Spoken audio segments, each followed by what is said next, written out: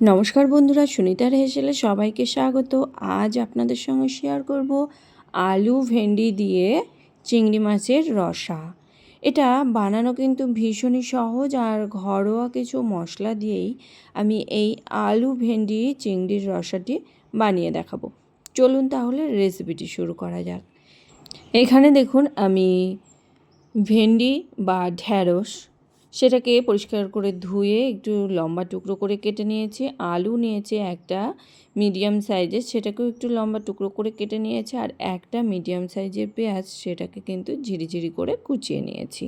এবার ওভেনে একটা কড়াই বসিয়ে দিয়েছি, তাতে দিয়ে দিয়েছি পরিমাণ মতো সর্ষের তেল। তেলটা বেশ ভালো করে গরম হয়ে গেলে এখানে প্রথমেই চিংড়ি মাছটাকে একটু লবণ হলুদ দিয়ে হালকা করে ভেজে নেব। চিংড়ি মাছ কিন্তু খুব বেশি ভাজবার দরকার নেই, চিংড়ি মাছ খুব বেশি ভাজলে শক্ত হয়ে যায়। এখানে আমি হালকা 2 থেকে 3 মিনিট একটু নাড়াচাড়া করে নিয়ে চিংড়ি মাছটাকে কিন্তু নামিয়ে নিয়েছি। চিংড়ি মাছের কালারটা যখন চেঞ্জ হয়ে আসবে তখনই কিন্তু নামিয়ে নিতে হবে। এবার ওই তেলের মধ্যেই ফোড়ন হিসাবে দিয়ে দিয়েছি কালো জিরে, শুকনো লঙ্কা, আর যে পেঁয়াজটা ঝিরিঝিরি করে কেটে রেখেছিলাম সেই পেঁয়াজের টুকরোগুলো এখানে দিয়ে দিয়েছি। একটু নাড়াচাড়া করে নেওয়ার পরেই দিয়ে দিয়েছি পরিমাণ মতো লবণ, হলুদ গুঁড়ো, আর দিয়ে দিয়েছি একটু লঙ্কার গুঁড়ো। সমস্ত কিছু খুব ভালো করে কিন্তু মিশিয়ে নিয়েছি। মিশিয়ে নিয়েই এর মধ্যে আমি কেটে রাখা ভেন্ডি বা ঢ্যাঁড়স আর আলুটাকে দিয়ে দিয়েছি। খুব ভালো করে একটু এই পেঁয়াজের সঙ্গে ভেন্ডি আর আলুটাকে একটু ভেজে নেব। এর মধ্যে আমি একটা মশলা বানিয়ে নেব।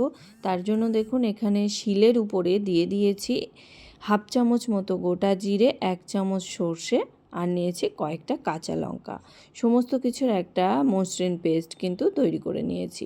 এদিকে দেখুন মশলা তৈরি করতে করতে ভেন্ডি বা ঢ্যাঁড়সটাও কিন্তু বেশ ভালো মতো ভাজা হয়ে গেছে। এবার এর মধ্যে দিয়ে দিয়েছি ভেজে রাখা চিংড়ি মাছ, আর দিয়েছি বেটে রাখা মশলা। সমস্ত কিছু দিয়ে আবারও কিন্তু বেশ 2 থেকে 3 মিনিট একটু নাড়াচাড়া করে নেব। একটু নাড়াচাড়া করে নিয়েছি। এবার এর মধ্যে দিয়ে দেব পরিমাণ মতো গরম জল। খুব বেশি জল দেব না, কেননা ভেন্ডি কিন্তু সেদ্ধ হতে খুব বেশি সময় লাগে না। সেই কারণে এখানে ওই ছোট একটা বাটির 1 বাটি মতো জল দিয়ে দিয়েছি। খুব ভালো করে একটু মিশিয়ে নেব। মিশিয়ে নিয়ে এখানে কিন্তু আমি ঢাকা দিয়ে রেখে দেব। ওই লো টু মিডিয়াম আঁচে ঢাকা দিয়ে রেখে দিয়েছিলাম প্রায় 10 মিনিটের জন্য। ফিরে আসছি 10 মিনিট পর। দেখুন এখানে আলু ভেন্ডি কিন্তু খুব সুন্দরভাবেই সেদ্ধ হয়ে গেছে। এটাকে একটু নাড়াচাড়া করে নিয়েছি। এবার এর উপর থেকে আমি একটু ভাজা জিরের গুঁড়ো ছড়িয়ে দেব। ছড়িয়ে দিয়ে কিন্তু আমি এই এটাকে নামিয়ে নেব।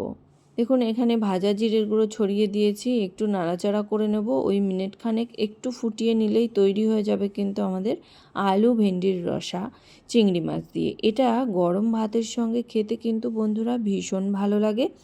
অবশ্যই একবার এইভাবে চিংড়ি মাছ দিয়ে ভেন্ডি আলুর রসা বানিয়ে জানাবেন আমাকে কেমন লাগলো।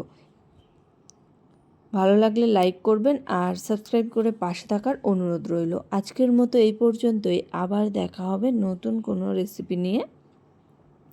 ভালো থাকবেন, সুস্থ থাকবেন। ধন্যবাদ।